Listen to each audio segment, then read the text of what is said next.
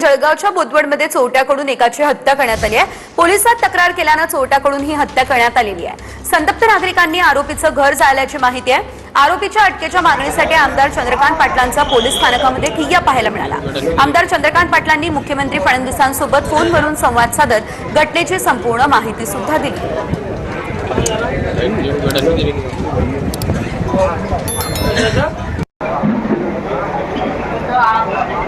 Sir इकडे बोदवडला एक murder झालेला आहे एका पोराचा। हॅलो, एक परवा एक चोरी झाली, ती चोरीचा संशय म्हणून यांनी त्याला सांगितलं की बाबा हा संशयित आहे। त्यांनी याला शोधायला सुरुवात केली। पोलिसांनी त्याला उचलला नाही, यांनी त्याला शोधायला सुरुवात केली। त्या ज्यांनी चोरी केली त्यांनी, आणि नंतर टेटा शोला त्याचा मर्डर करत त्यांनी याला धमकी दिली। त्यांनी येऊन NCR दिला की माझा मर्डर करणार आहे। आज त्याचा मर्डर झाला। मुस्लिम समाजात दोघे तरुण होते। आता इतके मोठा रोज जमलेला बोदवड तालुक्यावर बोदवड पोस्टला SP जे आपल्याकडे आलेले, काय नाव तुमचं SP? हा, SP नवीन आलेले आहे। त्याला मी फोन करून सांगितलं ठीक आहे मी बघतो, तुम्ही मला काय सांगू नका, मी करतो म्हणे।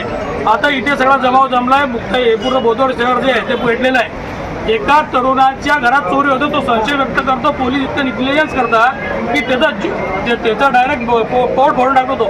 त्याच्या कडेवर छोटा पोरगा होता, यांनी स्टेटस ठेवलं याचं कोणतं प्लेनपोत काम करत नाही ते की ते त्याला जीव हे करतील, तो गुन्हेगार आहे।